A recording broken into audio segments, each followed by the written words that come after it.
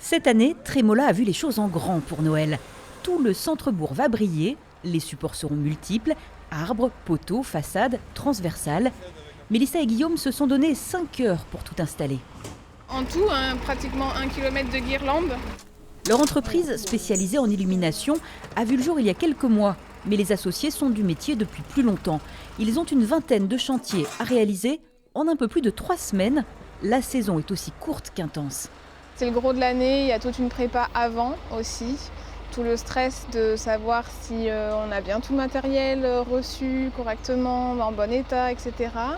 Il y a toute la prépa qui est un petit peu, qui est un peu chronophage aussi.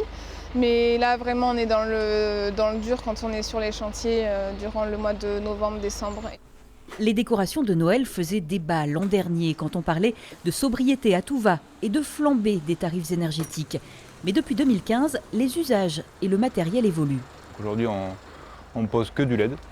La consommation est très faible quand on voit dans des communes ou même dans des grandes villes énormément d'illumination de Noël. Finalement, ça consomme très très peu.